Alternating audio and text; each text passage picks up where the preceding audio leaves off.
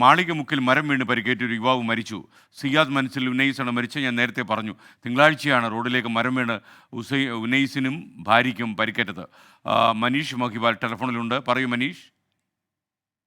SK Unais 2 ദിവസമായി Alappuzha Vandanam medical കോളേജിലായിരുന്നു ചികിത്സയിൽ ഉണ്ടായിരുന്നത്. ദാരുണമായ സംഭവം അന്ന് തിങ്കളാഴ്ച ഉണ്ടായി. അന്ന് ശക്തമായ കാറ്റും മഴയും ഉണ്ടായി. അന്ന് 11 മണിയോടുകൂടി വലിയ കാറ്റ് വീശിയടിക്കുന്ന സമയത്താണ് ഇവർ മരത്തിന്റെ ചുവട്ടിൽ, മഴ ഉണ്ടായിരുന്നു. അപ്പോൾ മരത്തിന്റെ ചുവട്ടിൽ വാഹനം നിർത്തി ഭാര്യയും ഭർത്താവ്, അതായത് ഉനൈസും ഭാര്യ അനീഷയും അവിടെ നിന്നു.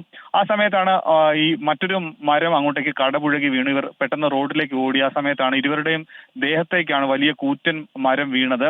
ഉടൻ തന്നെ നാട്ടുകാരെത്തി ഭാര്യ അനീഷയെ പെട്ടെന്ന് തന്നെ അവിടെ നിന്ന് മാറ്റാൻ കഴിഞ്ഞു. പക്ഷെ മരത്തിന്റെ അടിയിൽ പെട്ടുപോയി ഉനൈസ്. 10 മിനിറ്റോളം സമയം വലിയ മരത്തിന്റെ അടിയിൽ പെട്ടു. തലയിലേക്ക് അടക്കം ഈ മരം വീണിരുന്നു. പിന്നീട് അഗ്നിരക്ഷാസേന എത്തി.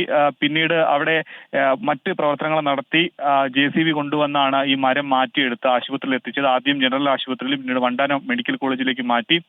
തലയ്ക്ക് ഗുരുതരമായി പരിക്കേറ്റിരുന്നു. അങ്ങനെ 2 ദിവസത്തെ ചികിത്സ നടത്തി. തീവ്രപരിചരണ വിഭാഗത്തിലായിരുന്നു. പക്ഷേ ഇന്ന് പുലർച്ചെയാണ് ഉനൈസ് മരിച്ചത്. ആലപ്പുഴ മാളികമുക്ക് സ്വദേശിയാണ്. ഈ അപകടമുണ്ടായത് ആലപ്പുഴ മട്ടാഞ്ചേരി പാലത്തിന് സമീപമാണ്. ഈ രണ്ടുപേരും കൂടി രാവിലെ സ്കൂട്ടറിൽ അക്ഷയ കേന്ദ്രത്തിൽ പോയി മടങ്ങി വരുമ്പോഴാണ് ഈ കാറ്റിൽ മരം കടപുഴകി വീണ് ഇങ്ങനെ അപകടം ഉണ്ടാവുകയും ഉനൈസിന്റെ ജീവൻ നഷ്ടപ്പെടുകയും ചെയ്തത്. SK.